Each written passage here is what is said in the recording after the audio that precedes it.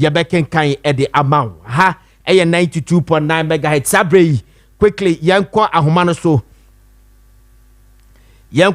so na yene Professor Kojo Appiah Ejei etua law lecturer University of Ghana yene na entwetwe komosisia Prof Maakwaba anopay yedawase se nyamedo ababeka yen na quickly tell us say the avenue on my penina suspended the Chief Justice. But you're sure say Chief Justice petitioner ye petition on the charges ni bi o hono a when you be akan. Okay. Now Lord Kache Prof Kache charges no are they solid and as convincing enough for you betimi dia gina so dia remove Chief Justice. I know the me to be in kind of but in actual fact, men kind in a no crown, say almost at the other camera. Thank you. I know the Elijama committee, no, or more actual marking on. See, if you are there, yeah, and of course, I see you say charges, you know, send constitutionality canon. Some year BBFL no determine the prima facie case said. Who said the big 12 months assembly elitime acronym amomafifemi and she prima facie determination there the big 12 year I don't know Council of State in this afternoon assurance as someone usually say so boy they are both Chief Justice no elitime abase assembly wo almost fifemu kwachira ebitimi anyanyina so bi say ampachi justice no where bibia emfata ne office na say nko ye no mo gina so e di asem na gunu be ma na mo gunu for and it say no dey prima facie case no I no know nche say ampachi justice no e boni ana say what for ne mo no e di o mo nyanyina so bi aka say asemi wo na bia be no carry because hono ye ma India sem evidence ma enje say we na me dey for anya make kan so ne ade ne mu no aye amo hwemu e wo na ni so no maka say bi wo mu ampa ndi na ma to ama committee no and only the second step in the process no ndi ko committee no afri na omo be hwehwe ni ma mu ye amo bia de ni evidence aba Chief Justice no so beba or the lawyer ni ade beba no ma fi na fi oma kan si say ma me no di ben ana so before na fi oma di moye na ba sana e be kwafa ejeze the Council of State ne be establish the prima facie the case no meboa but the soma ye did that oma establish did that intina president and then answer odin kata ba say they say no next stage no and then talk so ne say set up committee 5-member committee Sani Panum no president na power and why what 2,000 more so and they say no committee no that nasi almost nasi almost nasi with them almost kwashaku no man but Chief Justice no e wo ho kwan say or the lawyers ni for evidence na di na be committee na ni na committee no we on bibia yom be kano so we did forward them no only welcome president no only no to me so be some bibia committee no I am when I conclusion the man on one day the president do my deal and say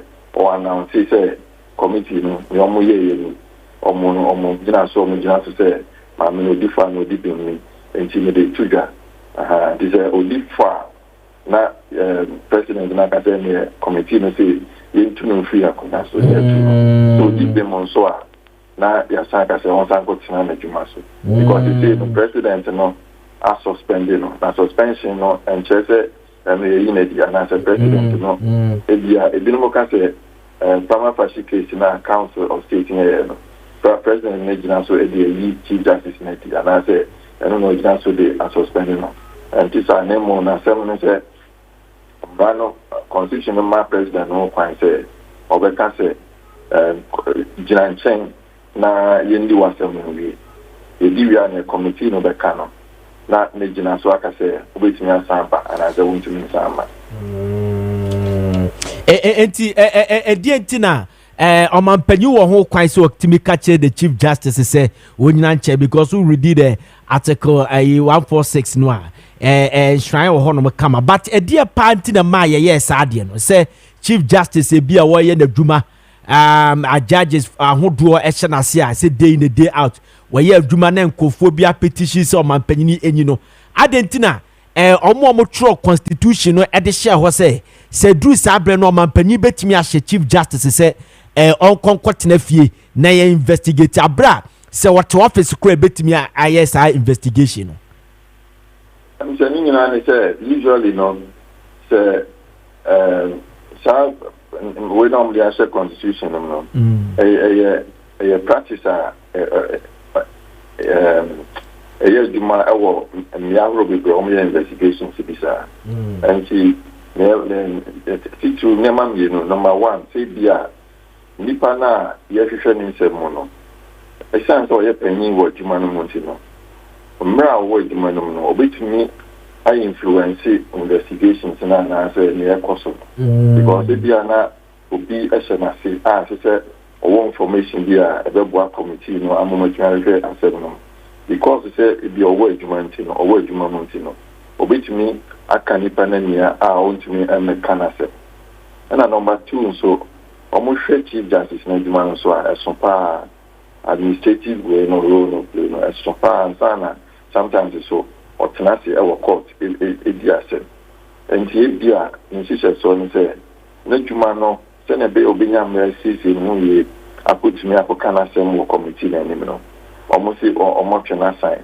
say na be ya obenya mercy no and at least when nyema minu a nti say my job constitution is so they can say president will to me as suspended Chief Justice and see but at the same time constitution also can say obey me as the sana dream say then must suspend the battle to Sandra and big president and also me to me constitution in the man I don't know and that's a prof me to say there say no emrama President Mahama ho kwan man suspend the Chief Justice abra investigation investigation no na see a chance the Council of State established the prima facie case no Omampenyi betimi asa free Chief Justice say yeah me na me suspend e wo Council of State in prima facie case no my weird that and it said odi kakan and odi kakan it say ye gusu yi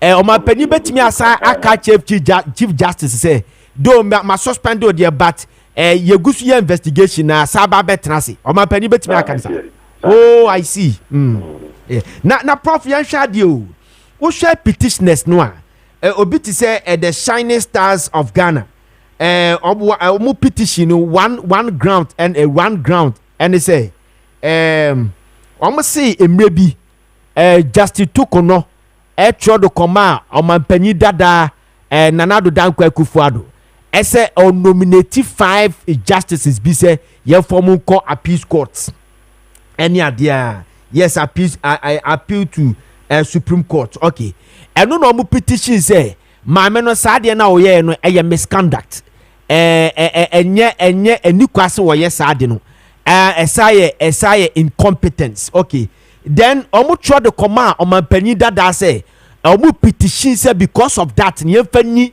Madam Mrs. Tukono and as Justice Tukono Chief Justice Emma President Ebotugui the then president now any Council of State so answer assembly amomu botugui say yeah asasam no ye dini dada yemfa ne say ye dini dada ama ya akwete maame no said the mrane share the Council of State the president no and ye asa cotabri the same case e de akwa a different president and different Council of State and no ebetimi aye adwuma sa but o ebetimi aye adwuma sa say aban foforo na woso nti obetimi ade wasem na samba president no woso say on hwe sa asem no nti Council of State no obetimi ahwe mu no maka say gina na so ya wo nti no yenye that establishes prima facie case and it's when it's in a say I said go where I say if you go emuyi you know president na dia to mu say and no council of state no and near council of state no be kan no wa dia to say near yenko fankoma committee no mo council no na prof ya hwadio I say mprepi no se bia oman panyini assembly ba na bia o sete commission of an inquiry say omontena se na yehwehwemu a aya yesi the strength of that commission no is equally to a high court. Now catch ye say council of state the say council of state say BBC ne ba almost strengthening dey almost strengthening is equally to the anasa and one say council of state na council of state you want me find and to talk court omuduma die no omudino konema bebre mu nti ofe constitution no me na bebre omo juma titu ni say omo two president no fu ewo ni ma bia say president de bob ni mana say constitution and that say omo de ba council of state no omo ma futu na president no so e dey juma memo no court na ka say at a futu no the president no and the three presidents no say futu na say chinchina so the juma president no ba no the juma the council of state no the position no different from say we compare say there and the high court no the very epe and the bisa that is a council of state no omo do madwuma ne say omo tu o man panyini fo say bia o charges ye dia abomami ye investigation no chere say no ho son ana say charges ye dia abomami and ye investigation no chere say SSL o man ko eno kro o maka wie no man panyi betimi asa gina so aka say o da bi nyamo kan no me da mo say mo tu me fo so me nya sho so be adwuma be bo ami nti me fa then the prof if says a council of state you know when ni sell to me na na say ni mu have to that extent there and not just what is the sense in say you establishing the council of state see enko to o man panyinfo say o council of state no o man panyinu wo to me says a council of state ka asem na metimi akasa medam wase say mo to me for na emo memfa dia and na kire say council of state no wo ho say ye dey so Lisa, ni probably say Lisa, and you know I can't say who I say council of state never yet do much. And also can be now you can say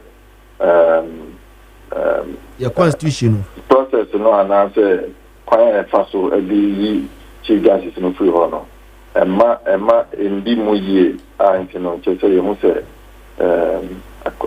to be that one we let me fast so a day ama judicial system na na so mo ebu time aye no omuduma die na na say omufa hodi aso munya etimi di djuma no ma no brasi a che say etimi che say executive no etimi control wo in a way sana and the instead of council of state no ebinumo e mo bi etufu say judicial council no mo e man sa to me na omofa in this way because judicial council no there omo ye more independent omo fa ho dey na esunsen council of state no there no nti omo no lawyer for judge wo for nipa who be omo represent different groups nti omo take decision omo so na ben court na omo court ni etuma every day nti no omo name judge we ni suban omo name we ni suban ni atinti no omo mo no wo to me and I say akwanya bia mbetimi ga hwehwe ma moye ama betimi aboama nema say ya betimi aye politicizing and I say omodi politics be we no ankobasa is there a pena a break to me judges no one anu ase I see and so in this case no prof yan had you mefa ne say bia oman panyini bia ye beyi chief justice issue ya beyi ne bia refer the council of state na council of state ne bia issue bi abana sa issue no the technicalities ne legalities e wom no ye behia obi o ye lawyer no break it down the council of state no a basa na se bia Council of State no money now come through now there's no legally in it. Omo ho kwan say ombe consult say lawyers bi ana. Council of State no adwuma no be do na say omo hia ya de adwuma de bi amomo na omo ni ho ahoden say in terms of technical knowledge na de na omo tumi efa ni pakon omo hia de bi engineer na say architect na say lawyer na say bi omo tumi fe ni pabisa ana ko bisa amom be to omo fo but decision no omo na be gina so actually na say mo de man no to assume tie be fa na di yon say de to president for and I say bisa tie be gina Council of State no ewo something no so for the canon. Oh yeah, okay, nyashi ya me say prof but nyashi me say ya no nya dodo na by law no say say Council of State the retired ever say legally be should be part of it, and that's the Chief Justice here then eka ho Council of State on to besha o man panyin Mahama the Council of State no kra no Madam Sophia Akufu former Chief Justice oka ho we Professor Kojo Appiah Etua or a law lecturer at University of Ghana na motesi no eche enkomo na nche be kwa ahoma no so yegusu pusu ahoma no na ye ne Professor Raymond Bidima enso so atwetwe enkomo the same issue you say ensem no ba na ba na betimi akọ na wakọkire wadwene ye be kenkan e dia mawo number no 0550596929 0550596929 eno WhatsApp and normal text line is 0550567929 0550567929 emu bia no de ba ya beken kai e the amount we all say good morning. I'm Adams Amogobo inside Offenso Amwari. Greetings to Abbas Amogobo incoming MC for Offenso South. In fact, you are right with the point you brought in okay. We all say Mohammed good morning Mr. Ziega. Mohammed Ko Anan Mankesim Estate and America say removal of Chief Justice issue, it is clear politics. Mr. President, do the right thing. Okay, yeah, that's a panya kupunshram. Manso Agroisum Hospital, they are also taking money when going to toilet. Yes. Me see public hospital bia one more Jessica oko washroom e juice can wo de mon frɛ Kessben ha ye be boabo bu ni na no ne aye investigation me am de be kwa koma onabo akando be se bo de mon tromra mon trom famra public hospital bia wa Ghana ha se ya obekwa sebe wo yare ni a watua sika se wo kwa kwaja yaresa na ope ba bia sabe mpraduasa akoyo ho yie na ope ba bi na wakwa kogu nsuo na be konye be ka kire wo se betua sika nsa na wakwa akoye saade no se bia se doctor say fa sabe nsuo fabra ana say odwonso fabra na yemfa nkoye o test na ope ba bi agu nsuo na yesi ya juice cancer de bi kura na sabe mpraduasa prostate no wo so na de bia odwonso wano na de obedu so bia so se okotua sika bia na sika mpo asa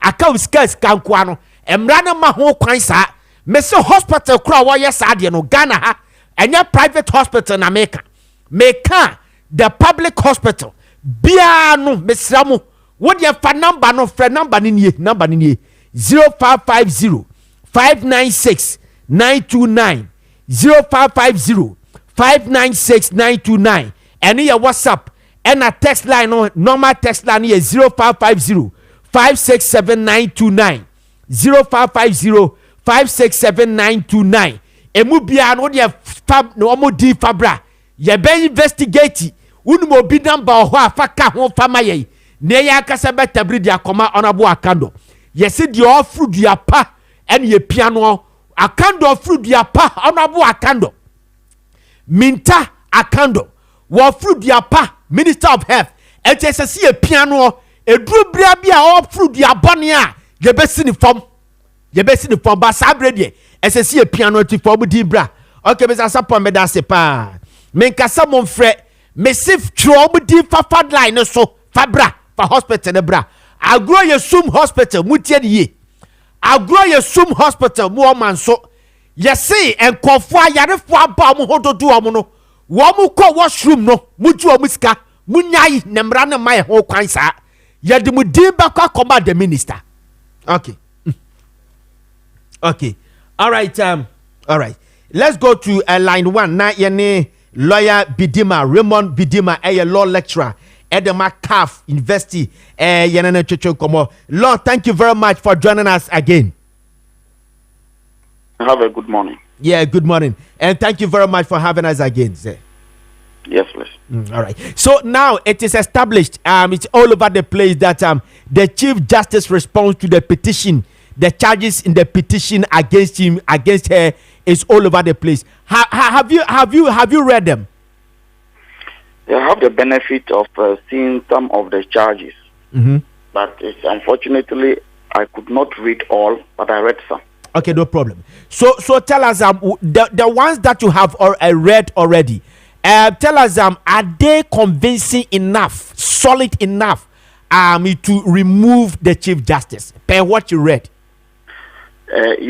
Again, I must establish that I'm a lawyer, and reading the provisions in Article 146, everything from the time of presentation of the petition to the determination of it and whether or not the Chief Justice will be guilty or not for her removal or for reinstatement of the Chief Justice must be done in camera. So the starting point is that it is not a thing we need to be discussing, the merit of the matter on airwaves or in public domain, because the thing is supposed to be in camera. So in the first place, it is even wrong for anybody to have circulated the petition and even for people to see the merit of whatever it is. This is supposed to be in camera. So it will be wrong for me to come on air and start discussing the merit of the case. So in that, I will refrain from answering that question. If we have any other question, we can talk about it, because as it stands now, it should be in camera. So it shouldn't even have, I don't know who are behind the circulation of the petition and then even the response that has been given by the Chief Justice. It is actually not the law. It shouldn't have been in the public space. It should be in camera. In camera, it's always to be in secret behind closed doors. But Prof, tell us, the petition was sent to the Chief Justice. Now, the Chief Justice should have been the sole, custodian of the petition. So, who could have, leaked this to the public domain? The petition has been sent to the President. The President and the Council of State members have determined prima facie. Okay. So, it is the President that has also forwarded the petition to Chief Justice, and then she has also responded. But, Mr. Ziega, I don't know as it stands now who might have circulated or leaked any of these documents. And that is where I think it is a bit problematic, because then we are breaching the provisions of the Constitution. It is unconstitutional, actually, for this to be in the media space. So can we blame the President, the Chief Justice herself, and the Council of State, because these are three parties that have the petition? I don't think that you and I will be in the right position to blame anybody as it stands now, unless, of course, we can pinpoint one particular party who has leaked. But as it stands now, we do not know who has leaked it. So who then we are pushing the blame to?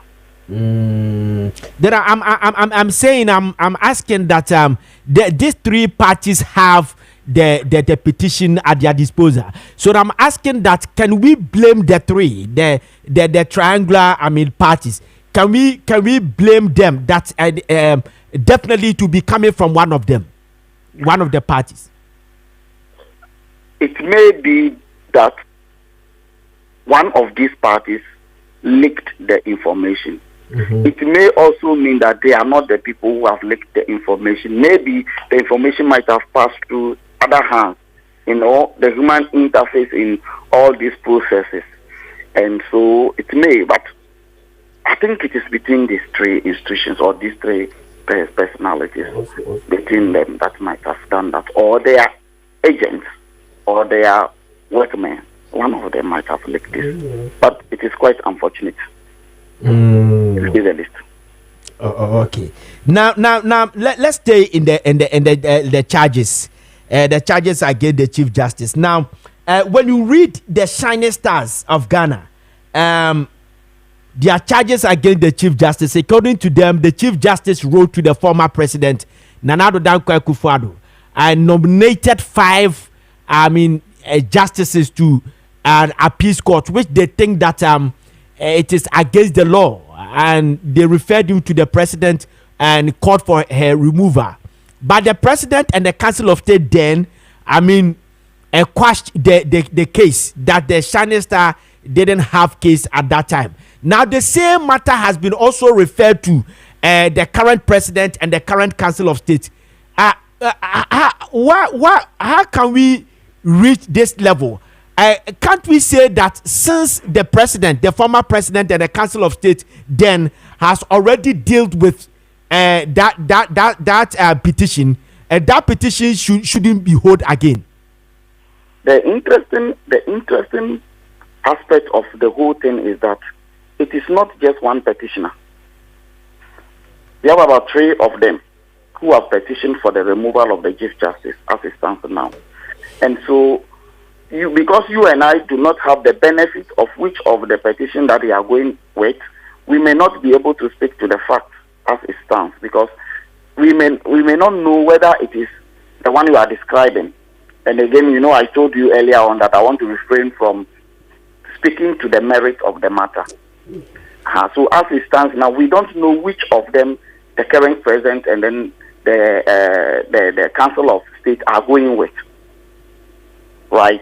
So we may not be able to speak to the direct facts, which of them. We are not privy to it. We may be speculating, or we may be saying things that are not the right. So why do I feel that we, again, in all this, we need at this point to wait so that the law will take its own course. So after everything, after all this, at least we will have the benefit of what has happened. Whether she will be removed or not, we will have the benefit to wait, and then we can then speak with the fact as it is. But as it is now, we may be speculating, and that is not good enough for our democracy. Okay.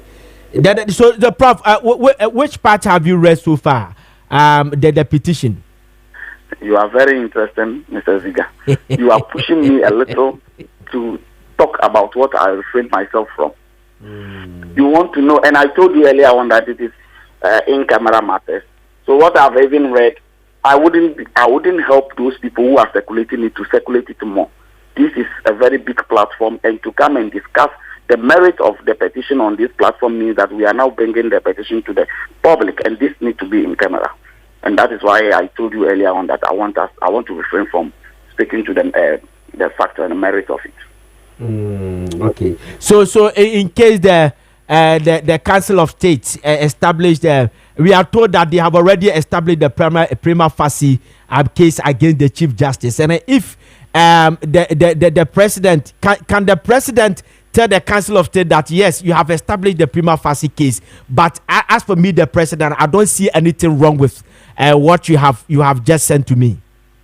That will be unconstitutional, because the law is that after they have established a prima facie case, all the president needs to do is to constitute a panel to sit on the matter. That is the procedure. So he does not have the power himself to say that, oh no, for me, I think that even though they are saying that there is a prima facie case, we should dismiss it. The law is that the moment there is establishment of that prima facie case, then there should be empanelment by the president of a committee. And I think that is exactly what the president has done.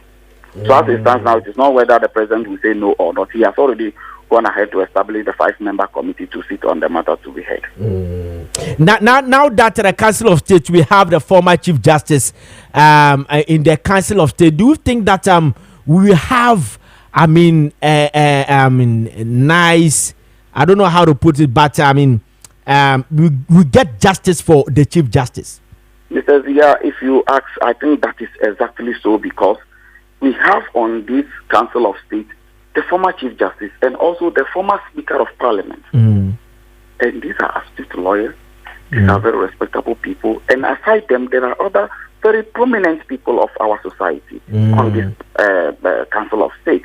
And so we can only be very assured of getting the best out of them under the circumstances. Because these are people who have served this country in various capacities, and so at this stage, I don't think any of them will want to compromise on his integrity. Because what do they seek to lose if they say the truth or if they do justice? So for me, I believe that we have a robust and very well established Council of State that is capable of giving us the very best. And whatever they are doing for me, I think is the very best under the circumstances. Look, a former Chief Justice and then a former Speaker of Parliament on this panel or in this Council of State. What else do we want?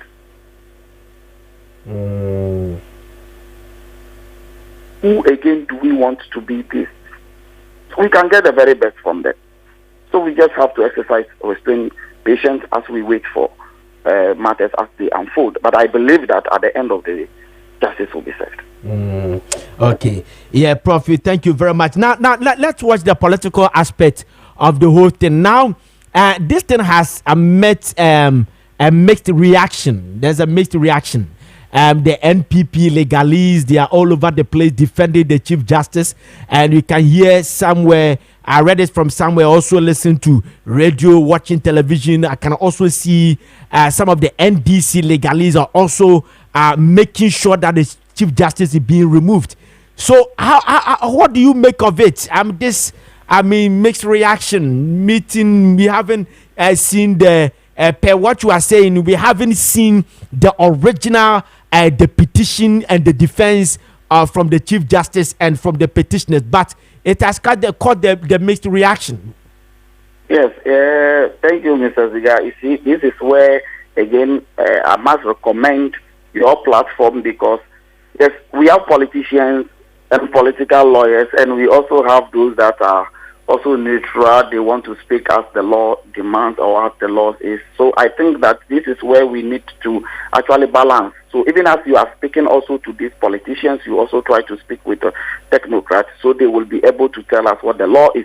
For me, I have to tell what the law is, and so it will be now left with our listeners to judge from whatever we are saying, right? So a lot of interpretation will be put on these matters.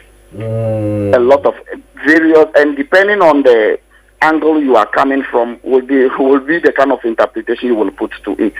However, what does the law say?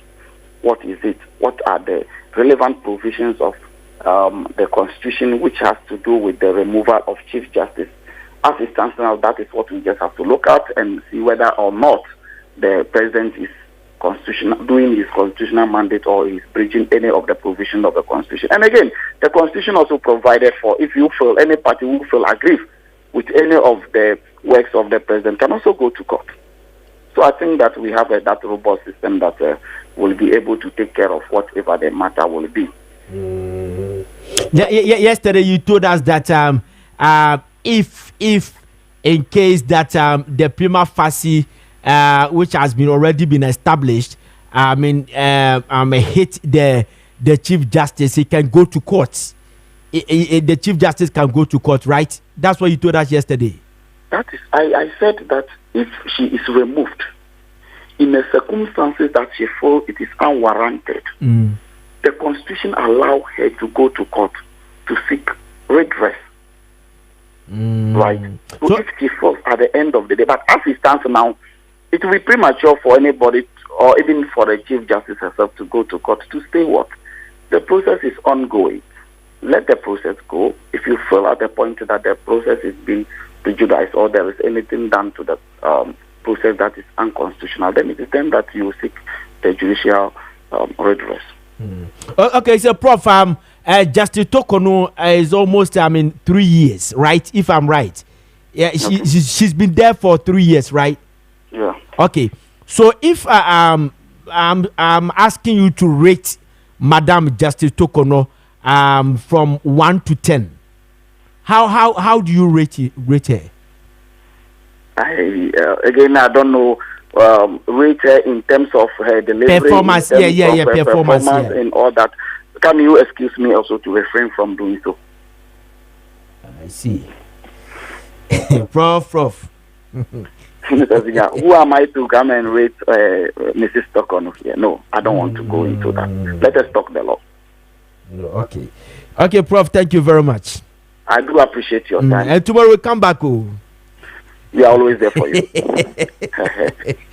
All right. That was a law lecturer at CAF University, Raymond Bedema. And Motesi and a etchin common. Now messages no still bet me the number is 0550 596 929. 0550 596 929. Here, WhatsApp line. And a text line is 0550 567 929. 0550-567-929 mu bia no de ba ye beken kadiama na new patriotic party yay the thank you to no amoko no enya asem ketu akra ye be kai say be se na otwi mu ani na new patriotic party for say abato e to no 2024 no omu dintwo na whatever the case esese omoko thank you to omode aseda e de koma Ghana fo nyina eto abadema omo na Dr. Mahmoud Bawumia eka hu bi efise on na ye flag bearer so ehu behia se omoko thank you to no Dr. Mahmoud Bawumia no a wono ne ye flag bearer no onu ne di animu na chese ye wie thank you amu wie thank you to no wie a na oma close chapter no na chese afedi ye open new chapter na afi ye kwe animu a na enam se pepepe ye besa ye adwuma na obia nya amemni finti no Justin for more fan Justice Justin Frimpong Ziega Esquire ono ne general secretary de ma New Patriotic Party was share say kebeya obi bia o contested flag bearer e wo New Patriotic Party no from omo ano omo ye level ayete so ma ne be ye 5 no munina mo nkamom wa invite omo ni na so obi anka ho bi na omo nkonkoye the thank you to ne se de be ya asundue ebeba abrantie mi tu cha de ma no wa ya de papa wo sisi no omo ano kwan se de be ya metemo ho ase beba party no ma na adwuma no ayeden wa ma adwuma na ayefo adwuma no ode ato from pana enche ye beka ahoma no so na ye ne mpelifo akodi nkomo e wo ho but yankon Dr. Mahmoud Bawumia akasa na ne thank you to no mu na ano se enkofo se me Dr. Mahmoud Bawumia me lusu election because me ye Muslim eno ti na enkofo anto aba amfa ma me no na mimi bom de me hwe madwemu ne me ankasa ma analysis mu na enye saa se me ye kremoninti na Ghana fo anto aba amfa ma me na onye osati president bi anasa knowledge bi e de ba se owranti mfadwo a wo aye asin served member of parliament or double as a ranking member e de ma interior and defense committee ono kwa ne constituency a wo ye sofo enso ono Dr. Mahmoud Bawumia enya vote wo ho dodo e de chen no enti o yusu sade no e de bake ono na analysis no yenkon tie how Dr. Mahmoud Bawumia e kan rusify na mo tie radio no betimi aso phone ni sisi a go to Facebook search for Kessben TV e be program ni be ya ba no anya kwan no ahwe Dr. Mahmoud Bawumia mo amuhwe TV no so no wo hwe no now the message to but we are live on 92.9 megahertz and no one crying and now Uko TV so a Kessben TV and DSTV channel 364 Gold TV channel 121 and of course Kessben Plus TV yanko ni yanko Dr. Mahmoud Bawumia. What is important for all of us is that we have to be united. If we are united, we are going to win 2028. If we are not united, we will have a challenge. So unity is very important. And because I want us to be united, this is why I am departing from the normal thank you tour that we have held. Normally, whether it's Idugwani, whether it's Kufuor, whether it's Akufo-Addo, the presidential candidate has just basically gone ahead and done a thank you tour. We are doing it differently this time because I want unity. And that is why I've said that I want to go with the party and also to invite my former contestants, the aspirants who contested me for the primaries. They should come and we'll all go and do the thank you for the country. so that we all show a united front for the party, so that we can build on it going forward. Remember, unity is the key. It's not time for primaries, and it is not about winning a primary. What we are doing is building a party machinery that can win the general election. That is what we should be doing.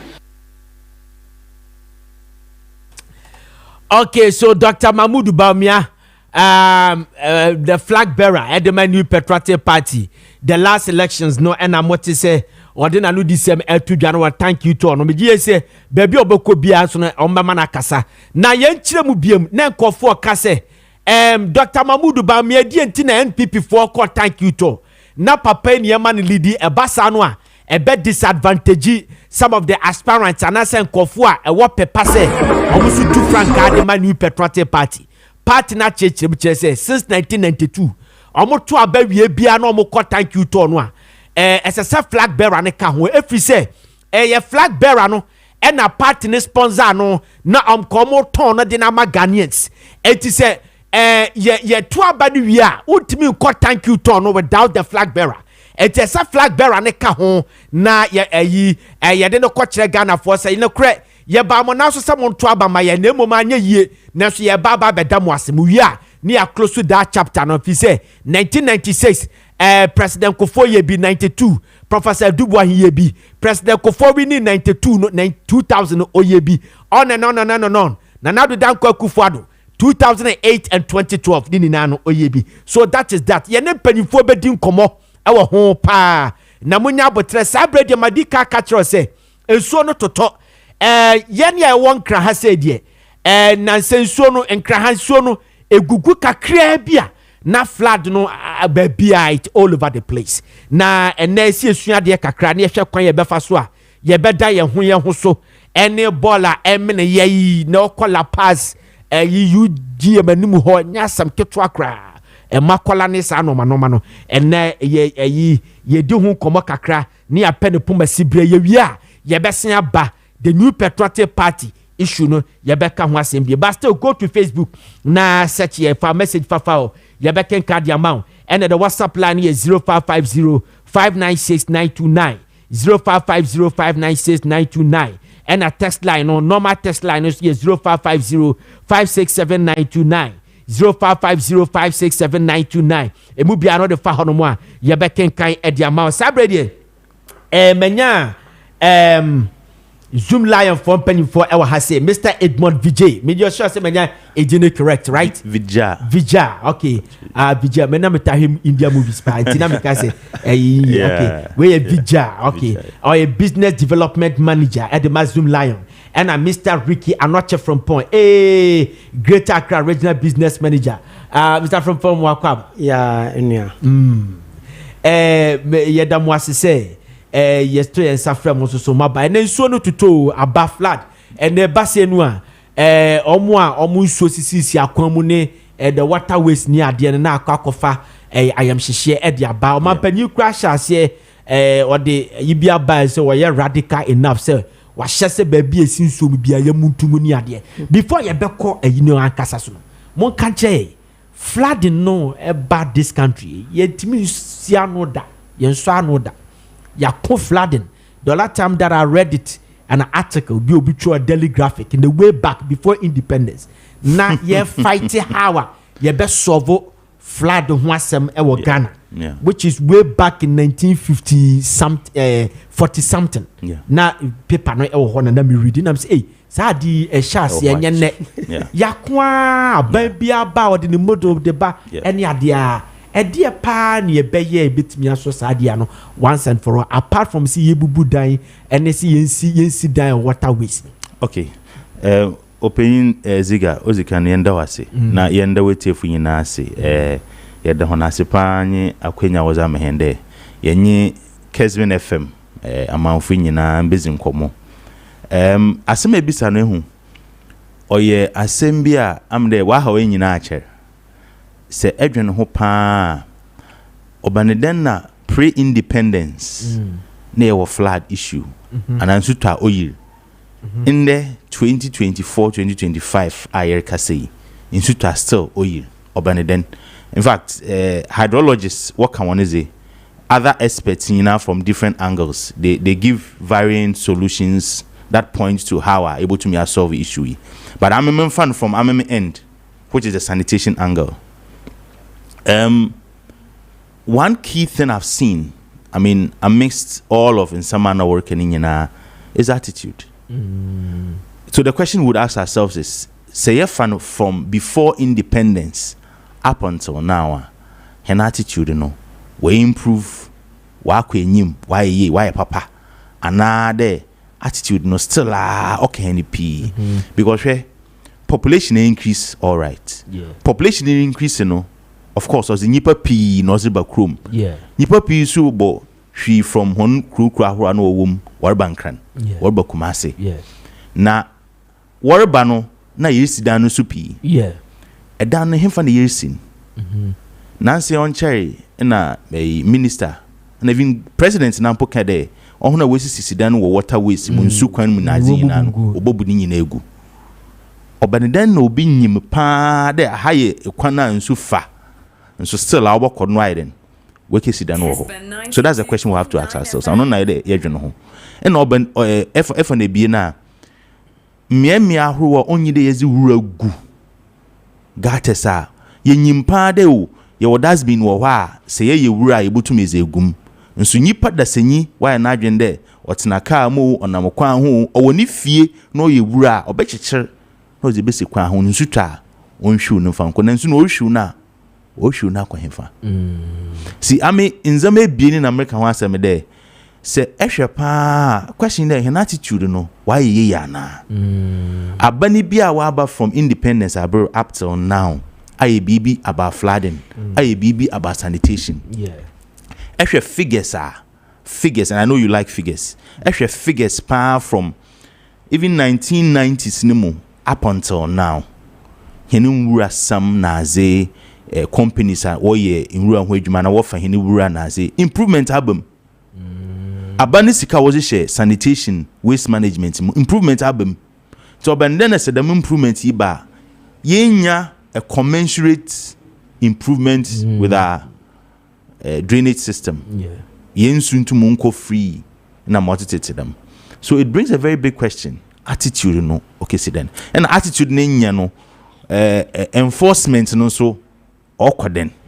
Oye ana onye. So these are the two things for me I'll talk about, and I think they able to me ajono ya should corner ever for improving. Na Mr. Frimpong yen share the ma share same for free hodom. Na o share a situation et say before 2006 as Zoom Lion ebeba no. Na the situation ahuni die hu situation net say and net say me bra me da say de menu na edika kan no yedinchie mu odin ema woni wetiefu nyina ye nyina ye nitua se na wukọ ye nkuro nketo mu a ye de ho ne yenyi se wutie din na ye mfinkra ye ba bedi power aha nti ba bia ye fi no na ne yen patem se ne no mo yen se bia efiada bia no na njuma e wo ho market women ni we no omo pia bonten obi ade ne broom saba no omo abebra no omo pra no once every week. Enti na bola ne so te sen akola bi a wo fie bia sebi empenifo mo anima na ye nuanom ema nketwe yi ene ye de bola den esoa wom na omo akwakoto agu bola so ye wo bola kuro bia wo ba bi ototo bola egu na efie a emayo anim no emema ne te se mi sei na me maame mema nko a nti wo ye den a obesoa because untumi ma oledi ensoa nti wo be ma na esoa na odeko na wo bankrem a enkra hanso a na ye wo emia bebre a ye toto bola den egu said ye na me bravija eken enti sa bola ye tutugu sa emia ya insuo to a insuo no nso de onim se aha bola wa ha ono ne kwan eno na mu nti no asesa sa enwura yi nyina no de ababegu insutinenum gatem na choki gata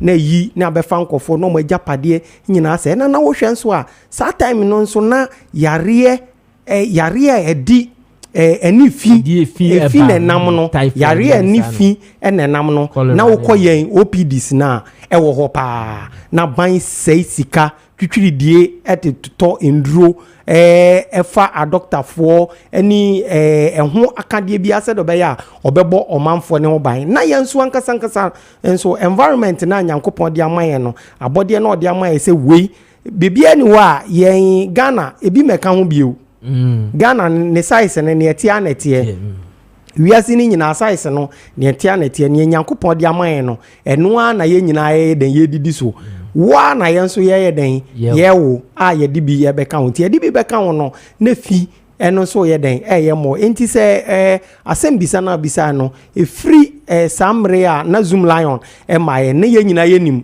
malam kokroko bolai malam udru malam a se obi catch say me ye sure say ene enamafo jezi foi ubuso o catch say malam ne to ball egu a obi eni obabi obaji adi eye ablekuma NIC agape area ho nyina wo kase ne to ball egu a obi eni obaji adi because udru ho a ne o ma ye wo sesia no ni nyina ye before Zoom Lion ebeba na Zoom Lion so buy no eso mfaso a race course cry baby sa na Mr. Frimpong ma samra osubi ansa na makomisa bijazo wa hwe bi de na wo kan bi ni o wo hwe TV a wa hwe en ade ba ko a ehumpo ne se enuane a ye hohoro ho ansa na yedi ene sisi ho you get me hwe nam ne si ho no we pine tontom pie sabolina nti we ne gata na choki na ababe fa nam no ho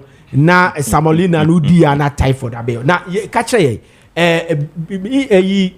Zoom Lion buy normal asesa anase ye da so ABCD because obi be ka say Zoom Lion de bia mo prapra so de bia no ye record cholera cases ye record typhoid cases ye hu se fi eda so ba bia we nye 1946 de ni bia we na se ade enrade ni kotwa eye de na abani me pacho se me bravija kan no so ni say Zoom Lion ebe mu no 206 ena Zoom Lion nyame adom oson ye papa dae ena otumi ede bai na ode bai no aye improvement bebre aba emre shase no na unse enwura ya ye nyina no eye assembly no asudie anase aban no asudie se bebia ya yenwura na gu no ewo se yetumi kura enwura ne ye ne afa ede afi ho na Zoom Lion dia ye de buy from 206 ne se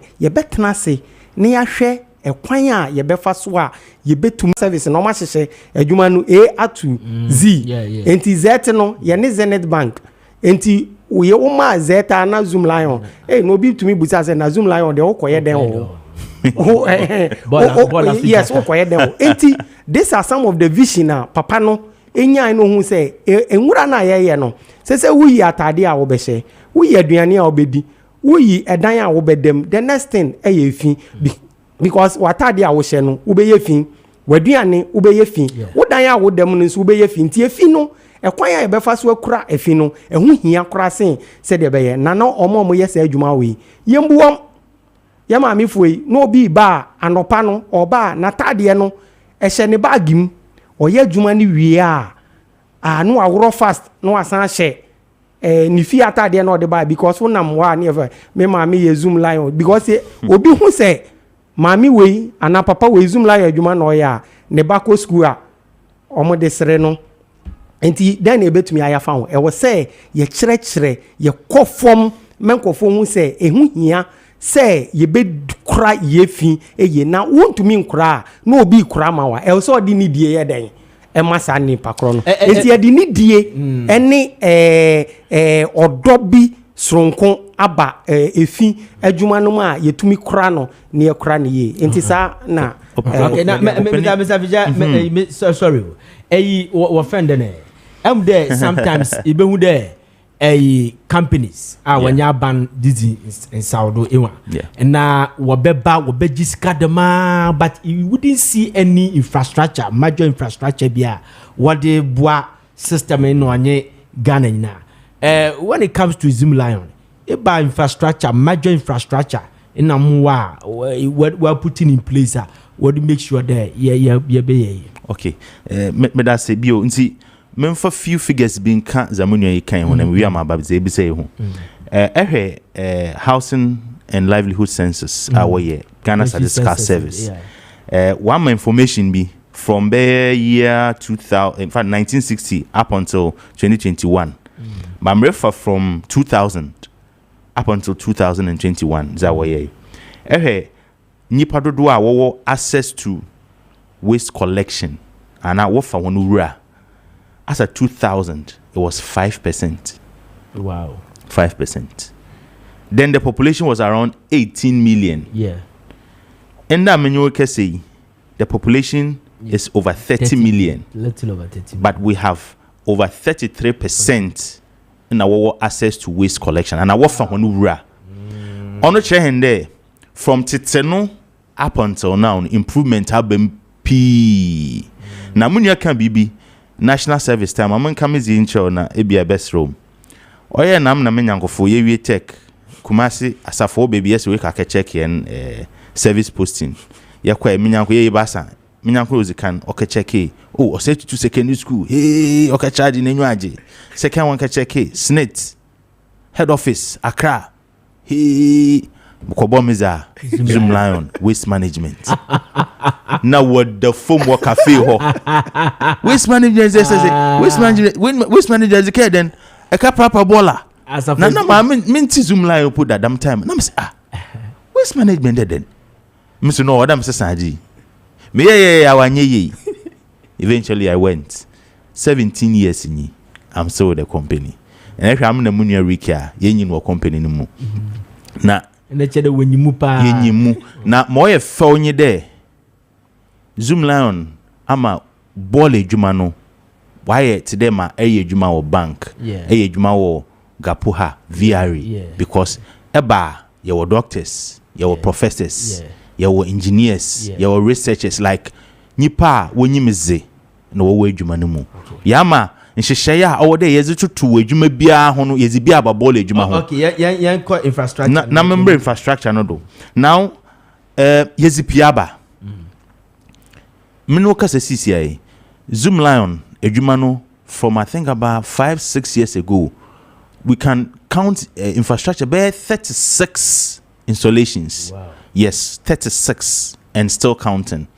There was a different material recovery facilities. These material recovery facilities see a whole no itinerary copy. There will be Kolebu, there will be ACAP, friend and in Sawom Kwano dono. Kotoku.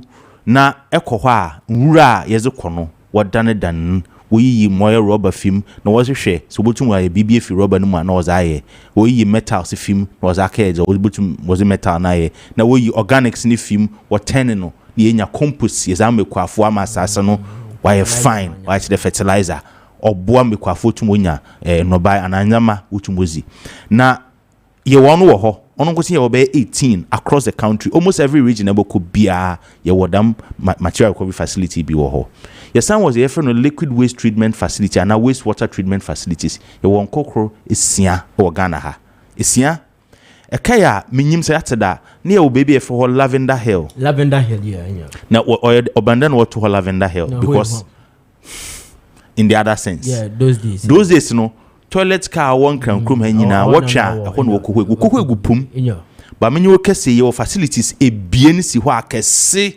ebien si ho a za watchi nyina no ho no wozo kwa wo treat what turning into clean water was be generate energy yetumi nya biochar film na zo tetedam ya manyizi aba ho sisi yakwa entedam sent ni bio tedam affairs no not no on so and apart from ho no you be watermale you be waterkraze you be Kumasi Adeja yesano wo medical waste treatment facilities wo ho ono ko yo kokro 7 ebi won kan ebi wo takraze ebi wo tamale na wa na other places ye wo zaye friend no waste transfer stations ono so ho ntise wo fofa wura no tire bi abobo ya na azi wo fofa wura na adwene de wontum ntukwa no nkonsa wom nti damza wo fanko transfer station ho na ya agya abo ano yezifi ho na yezekọ nti munu ya hwa from since those early years early 90s na baller sum work baby a baller kese ye hu aze yemfa baller ne nye kwafo to wuragu kwa just anyhow na menyo kese on tenedam o Sunday Zoomlands pia shem onu nti na ono wo craft national sanitation policy a world rising in 2010 wo hu nyansa there waste management ejuma no order woje by 2030 80% order ko private sector ho onyi do o abano because o abano ho nka from 1990s 1960s ni mana reports say ewurare menhen ekwa baller wo baby a Ghana baller why the mountain as no inde etwenyu enhu bi onto no ka the Gen Z ni be opa wo hu bi for now. All right, so thank you very much. Em say maka send na first pa na obi di no ho adwane Zoomlion na ya mo kenefa na ma church ni na mama na ya kono afi infrastructure ho asem na what brought this sanitary transformation in na so maka ho asem na yen conclude ni yen sha de say kwa be ne be fa so e be da ye ho so ni the Zoomlion na yen fa tu apo say ekwan a yen be fa so as timemufo ne ebeda ye ho so esie nyina ye boa said na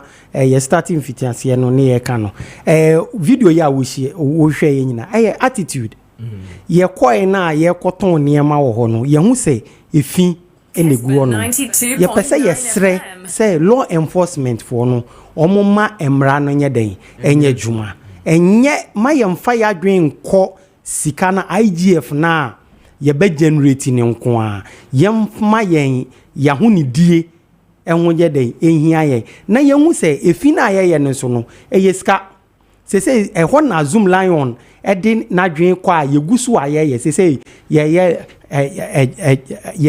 carbon credit we ye circular economy ye pese ye ya na hu se waste na ye no ye ya san be sinachi a ye ntu bibia anye den engu say ye ne saa enne be ma yetumi sustain the environment ye de nyankopon e de aye den e de amaye enti ye besre timamufo ni nyina na fei omomfa enidie nso enkoso ama adwumayefo no ma omonwen say Zoomlion ho obeba baba ye ensuo to a Zoomlion ni no ebia na onyina ho eno ababa befa enti wo na wo benya so insuaso no entontom pae a Zoomlion ni no ebia no nti area ho bi entontom no wo na obeye den obewe enti yema ye hu se waste management no ye shared responsibility a ye wo ye me na ye beboa ana se ye bema minua mo beboa ye media fo mo beboa ye na fe brano no ya ye enkyerɛkyerɛ bi ama manfo no se de wuye ya ama manfo na hu se efi na ye no esusunso aso o efi no so betumi asan da ni sika e de ama wankasa na wuye efi no enti ye hwe ho so ye na ye hwe ho so ye a ye man anase ye mpotem no so ebeti ama yarewa eni sa konanda ne yare basa no a efi na de ba no eso ebeti ama ye sika aka ye botom bezedi munia nti musumo wia makanede ye hwe dwuma Zoomlion na ye in fact investment is a hwe dwuma mu na hwehwe ho enya aba na MMDAs na ya ye na fameze Nancy Oncheti a Minister of Local Government and Chieftaincy Beka Bibi there abanizi here na cow almost 2 billion Ghana cedis I want to so ye can bear 2 years ni abani nche na cow na nhihye no so nka ye there oh ye dwuma na bear 3 months na abani nche hen and there onto them amanfo so ntase there oto de bia abano ho kyeren oto de bia ya so ye ho kyere hen nzema ye nyina ye sika na ye na wo hu ne de abane ntum ntuafo bole bia ezebo to be bia nti se ye wura na ezugu fichi ana ye wura na ezugu kwan bia wo fie kwan da obi anyo ba fa ma wo bai edwe no mzugu ho a Zoomlion baba ba ye nti mfongu ho na se Zoomlion mu ne ziga Zoomlion se Zoomlion de pragana bebia edwa ehwa nka sika he na abane botua he wontum yes the Zoomlion ne ye ne ze other companies are also one is okay but one boy hen no major no on your phone no your crab. All right, thank you very much Mr. Edward Vija business development manager Edema Zoom Lion and Mr. Ricky Anoche Frimpong Greater Accra regional business manager nyamia shramo pa baby am start say the free ya nyamia peja mono adwuma no I like mo title no pa yeda mo ase nyamia yakopon so enka mama adwuma na aya kono pa. All right, so to say na ye be kona me ka ho asem e de kire say New Patriotic Party for ashase the thank you tour na sabredi me wo Orua Amache Boatin me Dr. Kwasi Amache Boatin ewa homa no so ye ne de betwetwen komo e dia fa Dr. Mamudu Baumia any New Patriotic Party thank you to her she say omo kone in matters arising doc mo akwaba o Daniel na doc ka kire ye ya to abawie New Patriotic Party omo she thank you to ase na ya to abani wie ye menhwe ya kra besa 5 months nie say me calculation here right catch you thank you to no enche dodo da mo ase Kessben for akonya amode amami na me motive for edin kuta ho e chatie for nyina asema o kan ye die udi busa ebasa adi ba kubi edadi. If you say thank you to the unhian say thank you obetwen ahu de ntia odi nkugo ansana watimi asore akodida wo mo a o se mukodida wo mo ase no mo akọ mo na so e di asida akoma wo mo ontwen ehu de ntia odi nkugo setie bia nkugo no ba en wadi nkugo na chi no ujiri se djuma e wo se wudi no ebi eye se yen kode da asia na watwen abeto samri ya ohene me no ya adwen ache na basa mi nya antiasie bako eye an afterthought simply because you say there is some sort of a lack of faith between the reality in the MPP now. Omoko akansie mu no omudi nkugo poto omani nkugo keke. They were shamefully voted out of office to such an effect that Mrasebe Jafie Parliament. So omo Mrasebe Jafo nyina anko Mrasebe Jafie kra Parliament benya quorum e dia adwuma. That is a terrible disservice to the Ghanaian state, because the Ghanaian state here in the opposition in Parliament to do what they have to do. Benefose aboso ba na me japai. Se wujai obia obeye de ope. They say MPP Mrasebe Jafie omo jai and amanyoko NDC.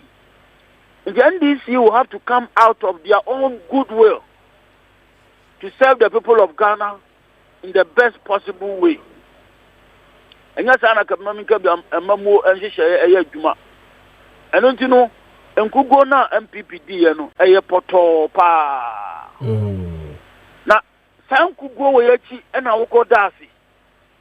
There's a lack of faith in there because it has no relevance in our cultural tradition. You can't find a place.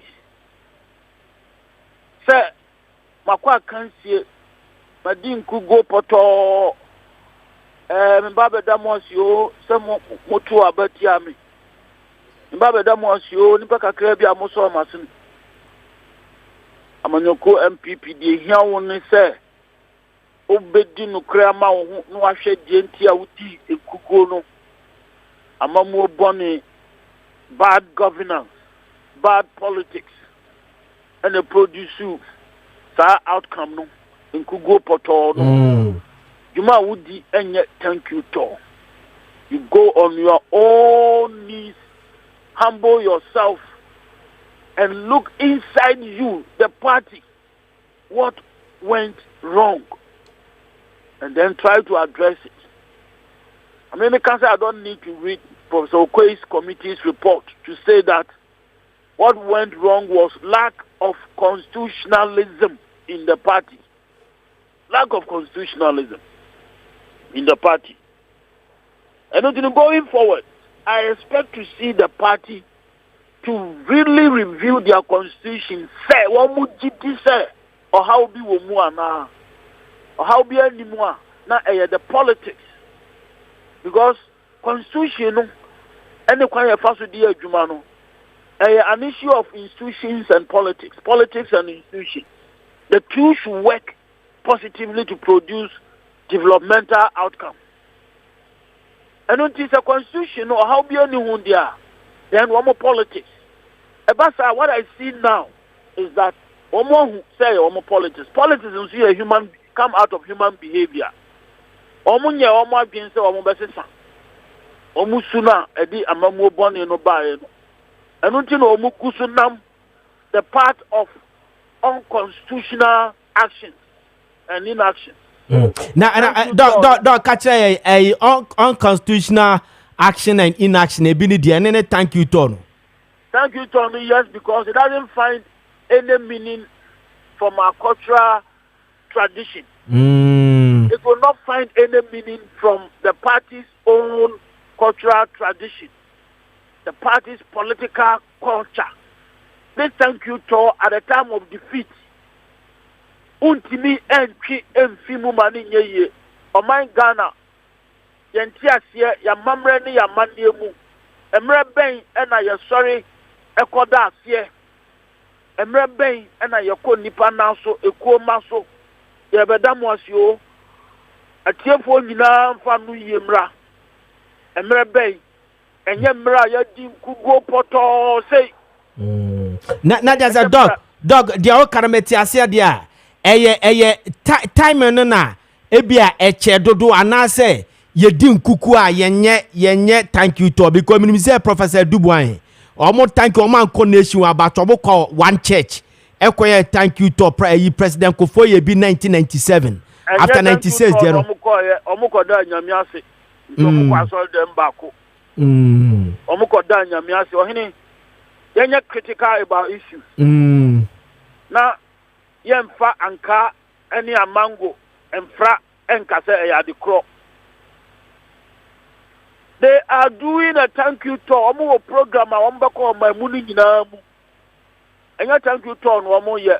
They are marketing Dr. Mahmoud Baumia. Aha na person bisa say o suspect say. They are marketing Dr. Mahmoud Baumia.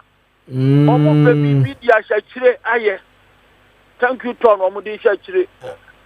Na chese on person mo ya na chese asi omo de ton Dr. Mahmoud Baumia nyesa. Omo asha politics na CBM the bad politics na do omo Kofi no. Omo tuaso. Ba say release na ba bonte no. Omo so sa kire say flag bearer omo contested for flag bearership no. Position ni na no. Ye invite omo ni na so obi amba meka ho. E na first say thank you to so a. I would say a flag bearer no or no na almost sponsor no although almost didn't or do almost take it no air copy to me no and as I you cannot go to thank you to without the flag bearer. The thank you to if they do it definitely the leadership of the party omunina ewo hobi but the whole idea of thank you to now Dr. Baumia and someone or can ho and someone or turn or marketing ho. For example, all church as you say, and your Camonia or Yentina Yan to Abamano, he is marketing himself. He is on the political platform campaigning.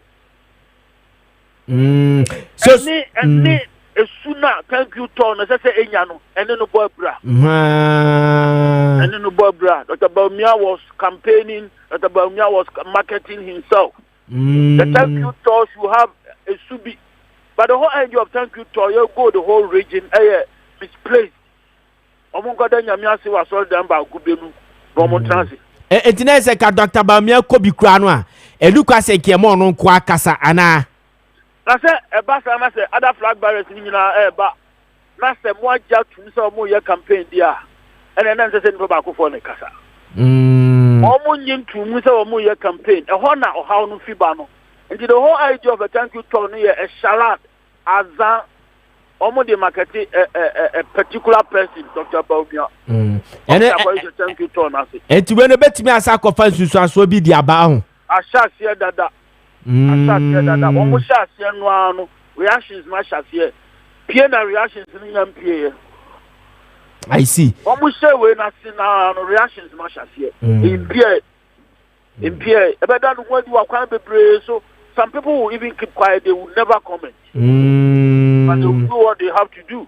I see. Now, Dr. Bamiaso Kase, and Kofi say, will lose because of say, or your Muslim muntra. But where you are not say, and you penny data, and the statistics, ne, analysis, etc., and you know, or your cremonintina. Oman to a Banfama New Patriotic Party. Emane was set example now called Asen South. Eko Yusu Ren Team Fodjo. Asen South Member of Parliament so no konya vote kese LSN Ren Team Fodjo. Me was in Team Fodjo so ye Reverend Minister Asen South. So eno so so Openi campaign no ye. Yem fa credit be free sanse bi mu Emma Dr. Mahmoud Baumia. Sansemui a pan on to my big time. That's what it exposes him. He was campaigning. I see. He was campaigning. He's going all out to provide a justification, because the Muslim factor no insignificant. That is what he was saying. He was campaigning. He was campaigning. Thank you, Tony Sharad. Almost at the market, Dr. Mahmoud Baumia. And it has come out clearly. Almost the party structures no support to one candidate. And now those politics no one It's dog yan shadow. Yan for the Professor Maakye report terminal moya consultation ahye Kessben na NPP fa so amulusu no ena komo na mo na mo ba Dr. Maakye Boakye a waji din na Ghana ha ye ka omo bi o ma na ka politics ho asem a obia pese okokotie no obia pese okokotie no dog obo ba ho no na nkomo busa wo se Edia pa na afise ma NPP for elusu ya apart from the body ka kan ya efa sa campaign dia ne sa scheme ni agenda yo mo office omo ya ma Dr. Bamiano. What else again can you tell us? Amamo boni omo say o man sika sem no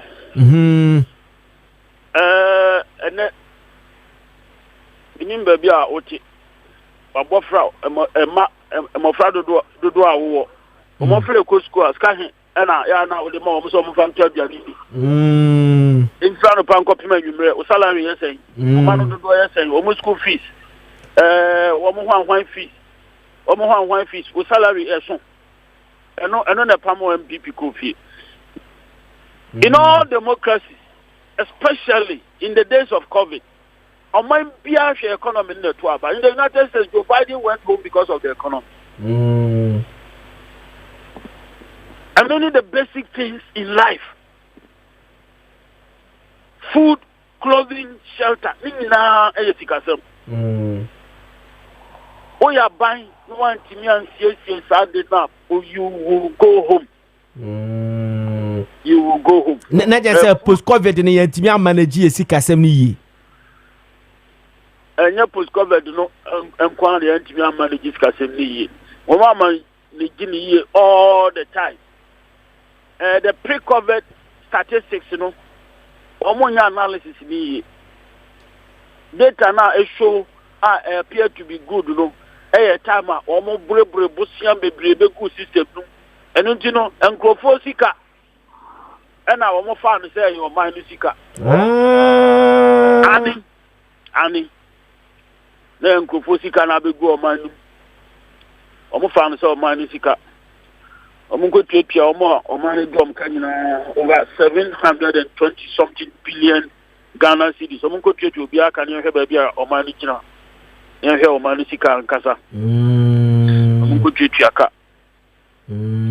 Amamo boni na do am Kofi titru o man sika sama o ye no basa ade ba ko a ebeda di amamo boni na di eye wura sisili adapa ebeda di se ni sika egufie enye sika ketwa basically eye unethical say a member of government, a minister of state umfa usika engu bank granted say emrabia intiamrabia but eye unethical because I buy one na said say obeshe omanma ana say obe educate your manma say obi amfa ni sika into bank yes sir and businessmen and women womunya sika ni bi ebo no bosia e de adwuma na eboa oman no puntuo na ankrankre businessman amfa ni sika nwufie because of the yen business o twetua weka on to be fanisika enkogu bank who a minister of state. Now what is that foreign money be break ufie say then and it's an indication of malfeasance, the rotten nature of Nonado's government. And per se. And one other thing I've me taking notice of, and Nonado's response to that case in Rebbe, 1, 2, the party's response. It was so terrible, sending a party number public. Everybody disassociate itself from that and then support the investigation. The party had to support the Ghanaian state. The person who was the very embodiment of the Ghanaian state, the president of the day, surprisingly, Ojagana mine, Oyigana mine, and of course support to Cecilia Dapa. And then the party that had produced the government, and the government of the day represents the state. They all kept quiet. They allowed Ghana to lose. In principle, they didn't care a fig about Ghana. That was the meaning. That was the meaning. When a symbol of the rota, not a one another abaymu, not MPP abaying a woman, MPP amanyokono, and so any that's how they knew. He supported it. And there's a pedio okay Professor Maakye and the report name say enche den hia papa ana. Ohene so we are no kwafo ana we no kwafo. Onya no kwafo. Azan wo de adwuma enye propaganda. Dog o ka be mante o say azan. Azan an Sanya never nyina ya azan tactics. Yeah, my Professor Maakye akwaye hwehwemu azan tactics. One na say obeka kire MPP for say omo adapa egu abonti. One na say obeka kire omo. Ni omo na omo say omo akachifo ni nobafo eku. Enya omo a. Na omo nim sad ni manema wenu. Azan, odi azan ye djuma emo. Odi azan ye djuma emo. Odi propaganda ye emfa. Emfa. They are not the only people in Ghana. It is a prof. A new patriotic party because I'm not a professor. Sorry, Doc Fachami. Na just say ka ucha dia wa brocha ka ye professor. Obi acha dia university dey say eti ana akame ho ani. Cultural tradition and ka ho. Okay. Academia, the cultural tradition. As I say we share that ye professor and son ya from professor. We know. Na prof kakache. Say pa kache sorry doc. Ye doc fachame doc fachame. Doc kache ye you. Say dia pa na party na ese so mo ye.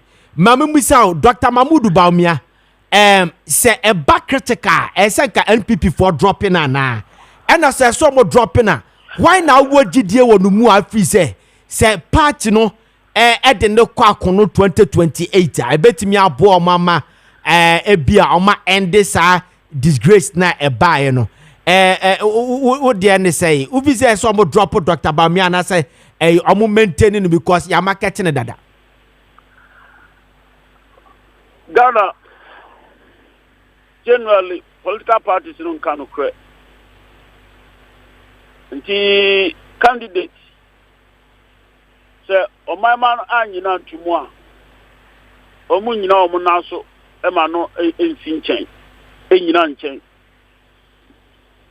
yehu Professor Mills o komplenu asenso mi ensan ansana o baba ye o mampani de si na dan kwa Kufuado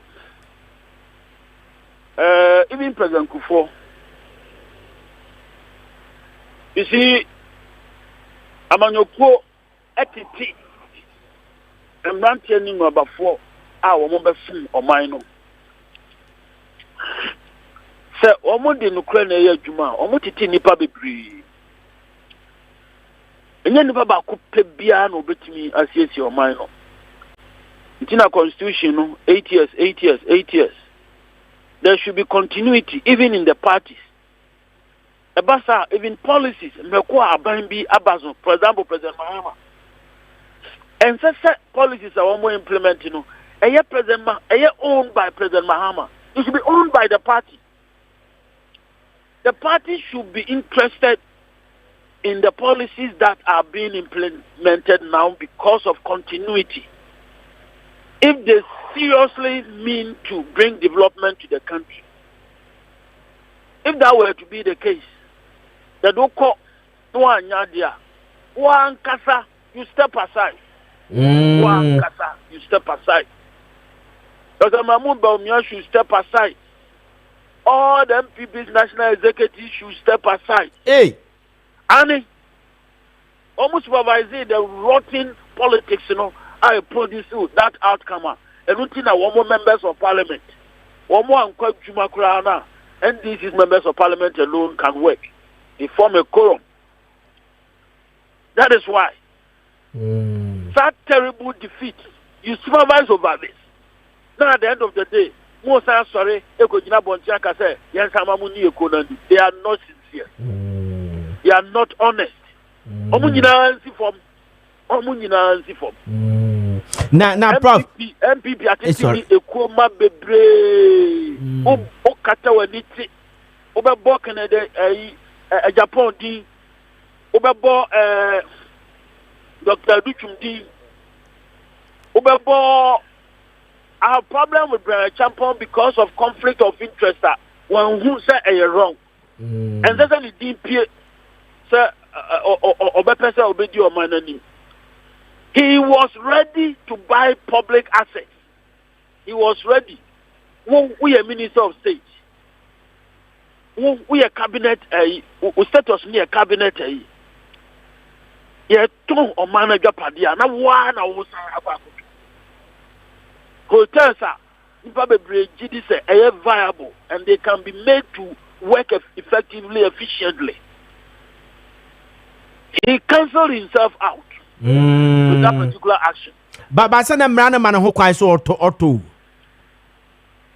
And nothing I war ethics in public administration. And never be unethical. One of the exercises self-restraint. If you have political ambitions, you may never do a while and say so yet. And say so yet.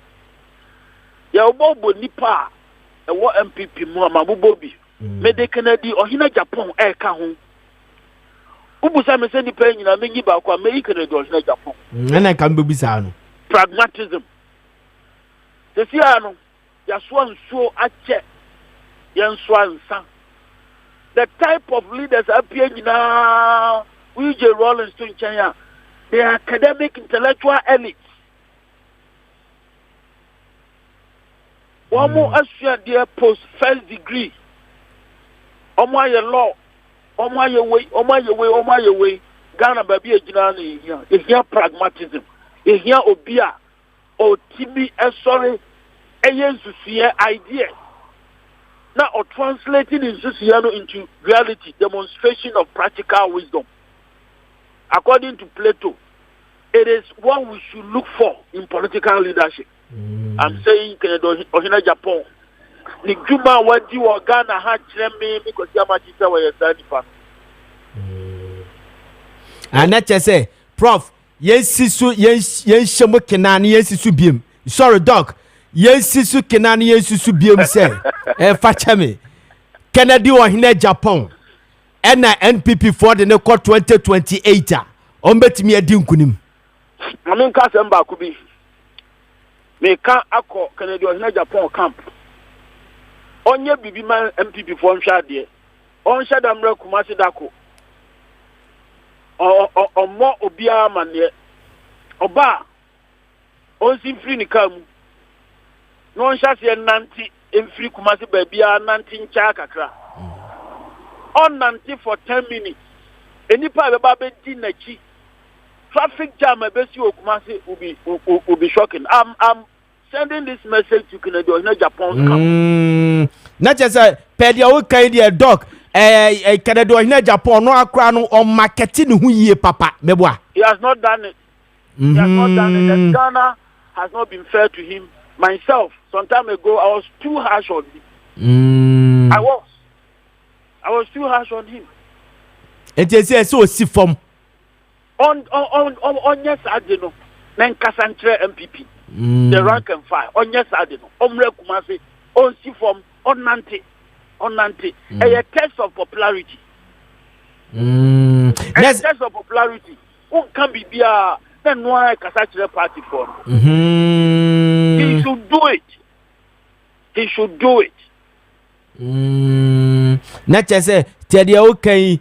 Dog, ya try and call for any dear, I say academics, lawyer for, doctor for, professors, ya try munina, and Juma. It yet try Kennedy Ohina Japan.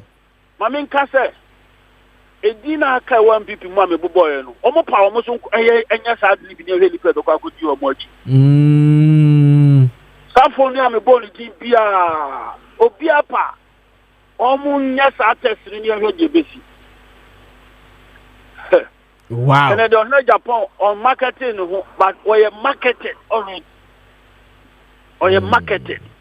It is so, or yes, I did no nationwide now. We see baby ni pani be fum no hosanwa. Abra yen high omu. Abatomu be fum no hosanwa. A bit me reflect or the primaries no meboa. Primaries, you know, I'm an Oko MPP. Now, no, I'm the doctor about me a buyer. Almost share them. Omo kwanya, almost share ya. Omo yi, omo ebetu abana ma Dr. Baumia and San Crown primaries number 8. Kumasi ha na me wo. Samle no mi di sa adinachi. Safo na ebetu abano, omo yi omo no, ebi si ananto. Around 12 midnight, 2 a.m. No, omo si omo ayewie. Oma yawi I just in an pattern ni na ne kre I party no and Ukraine and no the lack of constitutionalism me can yes no na ye party no how almost mean fa wo constitution no nya dwuma yie almost mean fa constitution no nya dwuma yie almost fa proposals mra ni anhwa de omunye mumma a card bearing member be Antuaba. Yan do mbeto aba na ma no. Yeah, so that nobody can control all card members. You can't control them. They will express their own interest in the choices they will make.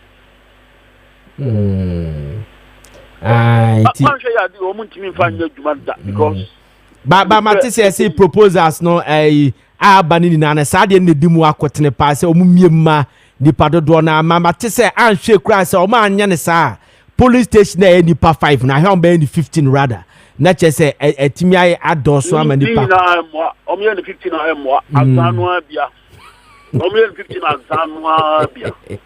Okay, na dog yi chama wuntumi se oba ayo chairman so say executives ni na nko na from na chema wuntumi so person oba national asa ne oyekoba obetimi so akọ national ogina omuntuma no No, Ora John Board is also person about na a chairmanship.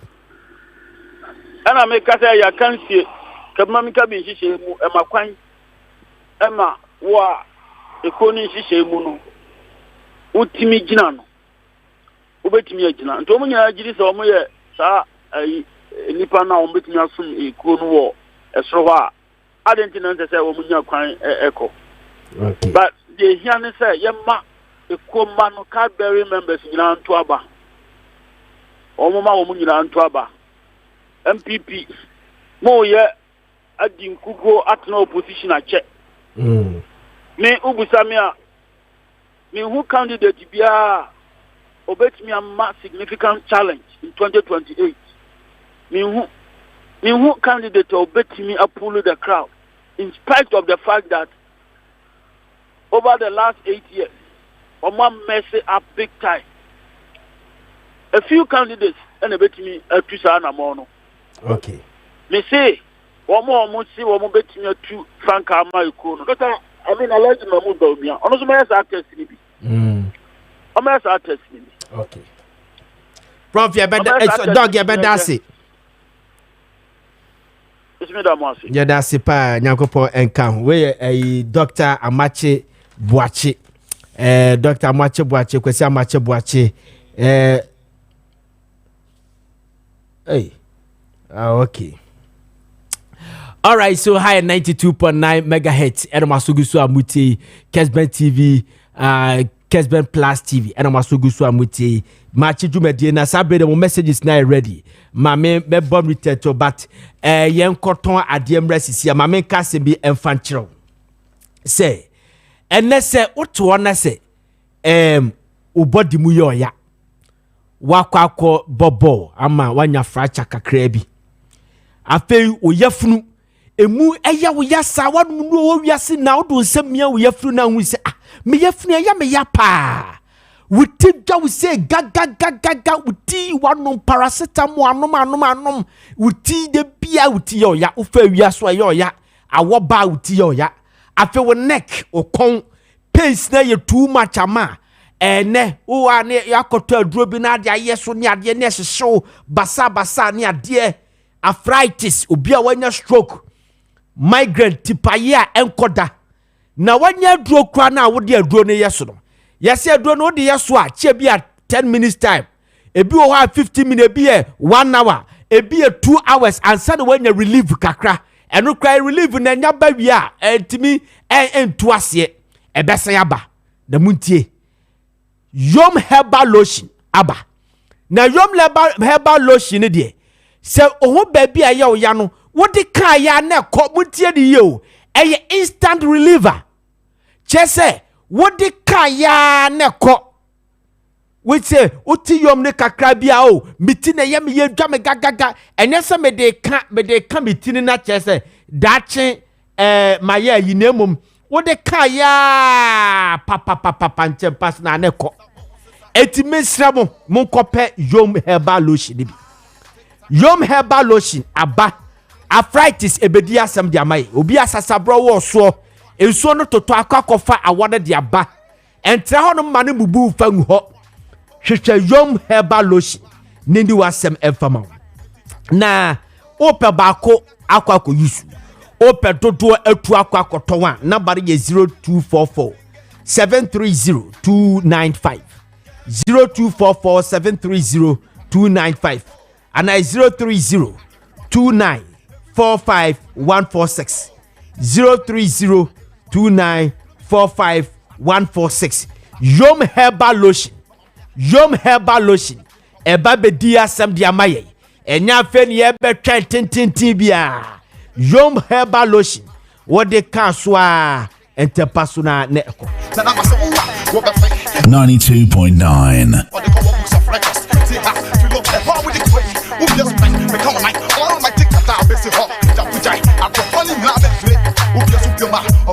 Excuse me.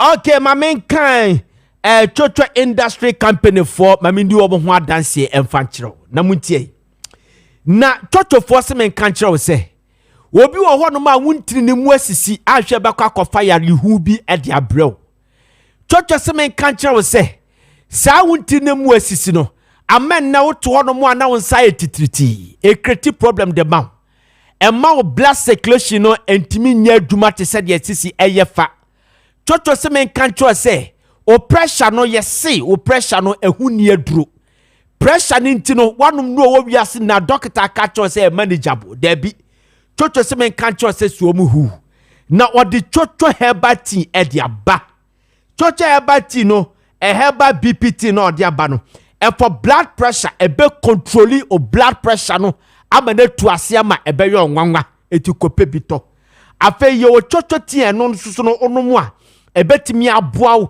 ama o blood circulation no etimi awie peyo afa o chocho bam no se ohu baabi wakobobo ama ohu baabi atetema fracture bi aba baabie wutie pa wo kotodwe sasabro enu ye chocho bam ebetu ase de amount afie wo chocho shower gel enu de bedware aloe vera wom ama ensan bia wo nipadua mu bia etiti wo bia no akọ ebetu ase ebe kelini ni na tu ase ama obrodie no eni aye na ha kama te said ya akora ya wo no foforo de kama ye wia ye wo chocho skin toner body cream eno mu amuye TV mu amuye radio presenters celebrities ana wonye celebrity kra na pese o body ne toso na uye tuntum shen kama uye kokko na hanaha eno no wo hia chocho skin toner body cream enu kwa so body ne aya wensin wo body no sranku kra de bia na ase yehunu wa ase pafa de bi ni kwa ase yesa enu obi wo hono mu a e pafa no eso so de bia ayi e pemfa no de bia de 100 tese de yati nkundi afa no ni kwa ase yesa enye uhia chocho skin toner cream ni bi ebetimi aboa wo afa chocho shampoo conditioner hair food e de base no eno de ye di dware ye trim eti ehua wo trim tire dandruff edue anase utrim aye fin de bia wudu trim wa bo mesh de bia na ade hye utrim wa hye ayi wigi kama eye opera ene hye utri wa koto avatar wo de hye uti kama de bia na pin kuta anase ade bi kuta wudi dwubisa ade bi eni kwa se yesa hwehwe chocho shampoo conditioner hair food and base no ebi obi a wapampa mu pa te se bi die yi bi wudi dware ma be fu kama medie na se na ntimi tra no eno so na daroma chocho shampoo conditioner hair food ya daroma medi ye bitimi ya na bitimi etibitra no kama na asmedane se babia wo bia no ubenya bia to fi se babia wo bia no pharmacy ewo ho pharmacy ne herbal shop bia no ubenya chocho product ni bia to na ope baako atu baako ato akoyusu product ni na bi anase ope bi atu akoton a number no ye 0551 81 5388 0551 815388 and 0244 727348 0244 727348 and 050 455 5535 050 455 5535 and 0243 48253 eno so ofrenia ye beje so na de ohobia no ne eno aka hwehwe chocho product ni bi na emma we CPN sita na you could present am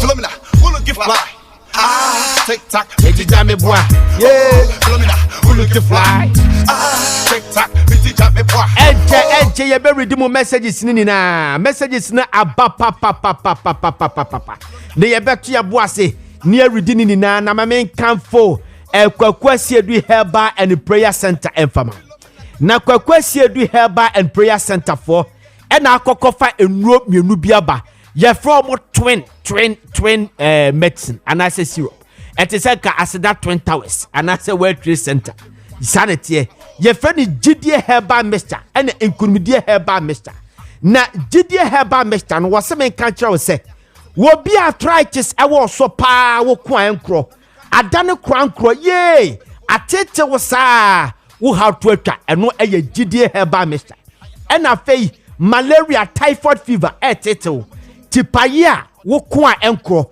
enu ye gidie herbal mixture wenye duro na esa yare bebrebe afi uhunu de eyi ebesa nafa na afei asa koye we ansa asa koye we ansa we de tia wa bi eniti na wache mu mienu no etunum gidie heba mixture enso no toto e pan tontom edifi eden tontom eba ekoye nipadua ma ede typhoid ne malaria na eba na ububo bia ne tesesi ano kwan wa malaria na attack wa etete wo no eye gidie heba mixture ene betu ase de ama ape inkunumdie heba mixture no so aba wo yo ba o menstrual cramps de bia wo ye do ye calendar edu bre so menstrual period ne ba ubetia mu saa na kofo aka wasmesi no emi se ayi bosomi aba em na 13 fe no kra de bia na 25 unte unhute se wotia mu eno no esesi etu ase de ma afi osa huduo dina no eye gidie herba inkurumdie herba mixture ene ebetu ase de amaye stomach pains ene eho yare dida eno ye inkurumdie herba mixture na kwakwase di herba and prayer center for say men kancho so mu no omade aba monte so no eye gidie herba mixture ene inkurumdie herba mixture no ene ukọ pharmacy bia wo Ghana fada nyina ubenya biato ukọ down pharmacy no wa shaman ekus pharmacy eno so wa shaman repass and venture eno ero okanshi hello herba ero okanshi angel herba ero okanshi kingsway herba ewo Medina no okanshi suhum susu no your Tony Tony K herba kaswa House of Drugs and a JB pharmacy ninina ewo nationwide ensusu obenya biato eti o friend number we are 0558 639865 0558639865 o friend number we are ope bako anomo anase ope dodo na atu akwakoton a o friend number we are obenya bi ato akwakoton enso tokra fi se eduro na ano nam very sharp na product we say no Food and Drugs Authority for do almost shase e de amaye afi police ni nedro no yay police ni nedro ni imboost herba mixture herba mixture muni na herba mixture immune system muni na hene imboost herba mixture ni imboost herba mixture se me control say tese na medical kan say e stroke e na etete wo stroke no ebubuwo diwaguo uhia imboost herba mixture sani akwakodru bia state na akodru bia no eye imboost herba mixture ene beboa yen afesisi yare no yese flames usisi yare no yeso akoye gym ena akofa problem dia ba usisi yare no yese awoba na aba usisi yare no wanum no wo wiase na ntimi nko dabi eye imboost herba mixture police na duro no ebetu ase dia ma ebamu asipie sita wonyare unkoye adumadin bia so debia na honam ye ya fatigue achew bodily pains etetew eye imboost herba mixture ene bedu wasem dia ma afei liver and kidney problem wasa ene obrabo mu yare aba wakono numnuo wako hospital hodo ye wo pania hodo ye manuro hodo entimi nko ama wabamu abu unya imboost herba mixture ebetu ase e dia ma afei syphilis gonorrhea oye bema wo de debia skirt bia peso owura mu bi wakoduro ba kwati gonorrhea yawo wo Italy for pania yi bia ba still entimi nko mesra wo hwehwe imboost herba mixture tira kwan ebetu ase de ama wa enko biem emma biem kra afia catch us oppression ni aduru a eye imboost herba mixture police na aduru no imboost herba mixture na imboost herba mixture semede ne se ne pharmacy bia be wura mu bia no obenya bia to na no na mu bisa mo amowo boko na mo se na boko ye benya bia to ne kra ene boko no kwa eye Calamat pharmacy obenya bia to no ewo low cost road ewo boko obenya bia to afei uko baby ti say oti region wa Bogatanga Tamale Accra Okaishi Dragle Lukumase ni nano obenya imboost herba mixture ni bi ato na ope ba kwatu so bei ope ba kwa koton ba kwato akonom anape dodo na tu akwakoton a number ye 024 620 8496 024 620 8496 imboost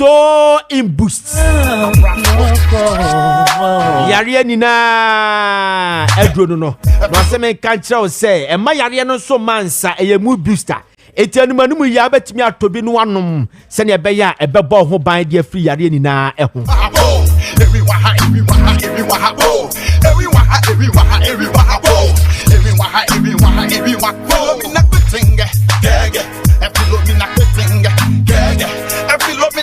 Kessben, hey,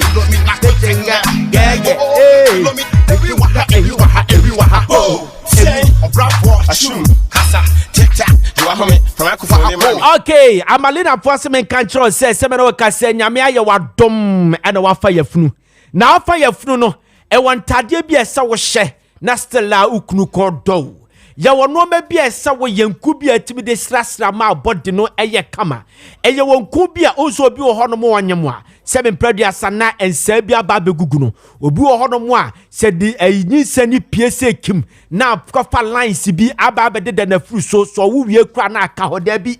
Amalina Force or my bar. Amalina Children's Haven or my body who know at their bar. Ye bet twice ye a class no money at their mount. A force men country so what were we na peso the fruno a nya flat terminal and no Amalina so or home a nua or bar. Ye beshi shedini na kama dia maun ama atuase dia maun ye was skin care product e be boa ye organic e be boa etutu sa no mani na ase dia maun onyam ene se wa wo awie no se ne be ya be sipia sita oba de nuka so wo asem producer wo ye funu de koso eye kese enye sa enye e basa no a e ma luku attractive edema e ma luku attractive emfama ukunu afo so men control say wa wo akora na wie no akora na bia na afe na wotutu kakra no a etimi krim ni ehwefam mena na bese wa krim no etimi krim ni hwefam ohwe sa de bia yeso enkura de nyame na bom ho ba da bi enuka se basa ebi wo ho etimi mo ti bebebo ho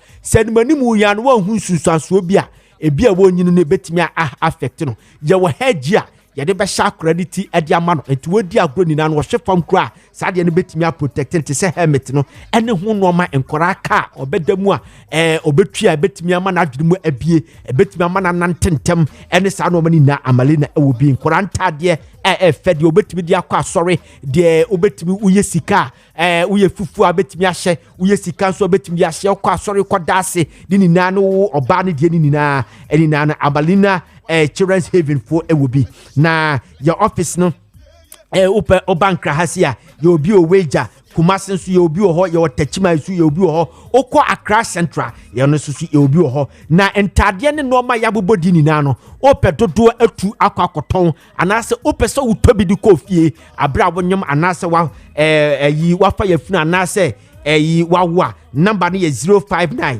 39 21777 059 39 29 21777 and 050 1672445 050 1672445 and I say 050 1672446 and I 055 421 5410 055 421 5410 emubia no fra ye beje so na bibi ohobia ne waka nyama bia to no asipi asita Lo mi na kwitenge gege lo mi na kwitenge gege lo mi na kwitenge gege lo mi na kwitenge gege come on everyone okay teacher Kujo Tepa anyina susu dia ba was President Mahama 100 days in the office alone with his achievement and missed promises regarding the Galamsey ministers and corruption in the country have made him appear to be a failure so far. Okay, thank you very much. All right. Aro di Finyan Kumasia Hinkrona Diaba. And I said the Minister of Health didn't try cry. Why should you sack a doctor who is on top of his work? This must stop. I'm Raphael Medifree Sokoban. Also, Alan Cash is the one who can improve the party by decide to choose Dr. Baumia. Alan Cash is there's only NPP BMO. Only NPP. Good morning, Mr. Ziega. I'm Eric Bosompem at Asante Bekwai, precisely, Esumija. I love listening to your morning show. May the good Lord Almighty bless you. Okay, thank you very much. Yaje. You will say Dr. Baumia is the right person for NPP. I'm John from Sampa for your church. Obuase government hospital. Wasi yemra ho. No Obuase government hospital. Okona kwa kujao na ya. Anase oko hospital na oko guso no. Ya jusika okay ye be investigate. Me say mo famra. Number ni ye. 0550 596 929 0550 596 929 and 0550 567 929 and your text line and WhatsApp fafa mu bia so hospital bia ye public hospital aban de a obekwa ukoja wo nan ana ukogusu ebedu sika no fafa so fabre ye betabri dia koma minister no ye ne minister no ebedi ko we say since last year Zoom Lion have talk and do ma chechemu dada we say it's strange the way some of our political scientists speak. This Amache is an anti-NPP person. He will always throw in what will confuse the NPP. No serious NPP member will follow what he says. Appear J. Erifisunya in a diaba. We all say good morning, Ziega. I'm Adams Amogobo. Makanka we did all the from Mori. Also chair Abbas Amogobo. We all say good morning. NPP should stop noise making. I always said they should be in their okay, we free Babuta and a diaba. Babuta yada say, we say who have to help them maintain your can I say papa. We say I really like your program from Adams. But from Mampontin and diaba yada say, we say I went to Conformity Teaching Hospital in Kumasi several times some years back, and anytime I visit their urinal, they take money from me. So their urinal and toilet facility for those who visit the hospital for care pay monies. So the health minister should warn them against that. Okay, thank you very much. Confirmation for Modiana Abanu. You be investigating. Or say hi, good morning, please. I'm Mr. Already Kisi. I'm talking from Kade in Eastern region of Ghana. I want to say that at Akwatia St. Dominic's Hospital, they take fee when you want to ease yourself. Okay, St. Dominic for so much samwaba. Nini na ye be investigate. Me some of them famra. Nyame adum ochina so ye be to aso. Good morning, Mr. Ziega. Please come to village. Come to a village called Seidi near Nkawie. The Galamsey people are destroying the community. Please do something for us. Ye be ye huaduma e dia mamo. Galamsey na abane kon party ye be draw attention e dia koho. Teacher Kujo and the so dia baya kenka dada. No say Takwa Old Government Hospital. Takwa Old Government Hospital uko jaw nine na uko izi hunsu swa anase uko jonswa eno so ye jisika no bi crowd what the price number was baby a 1 cedi bi so 50 pesos na woni bia eno no che wo pie e de ko far away eno so kra wo ben area hono mu a wo mo pese obebe ho kra ti se woni sika na ese ojunso di gu ho say please good morning, how are you doing? I'm Bohema Medifri Dunkwa on ofe na diaba. Was it Dunkwa Government Hospital on really place? Please, they are collecting money before number 1 or 2. Now, my friend number way. Also, I will lead you to show you the woman. I don't know her name, but in the number near what in the number 2 Jabayan for number is here. You see a better word my year compiling in na ya stop Sadiana once and for all. Will be about hospital no.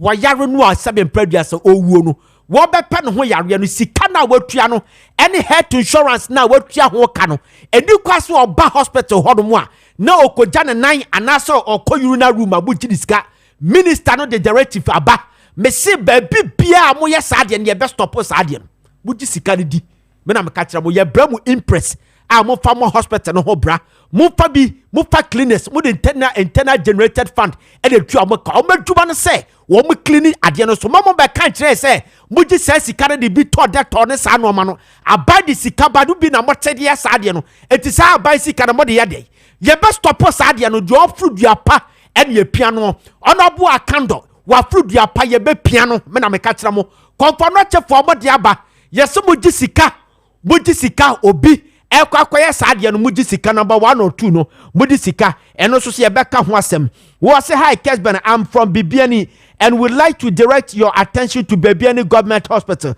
So say kanka o hopa eno so sa. Okay, thank you very much. Yedam wase nyame adom wo kina yebeto aso mude munya abotre nana ba for babia obia me chachia o nana no me ba Kumasi o ma manage pa babia obia nana me chachia. Okay. And a happy birthday.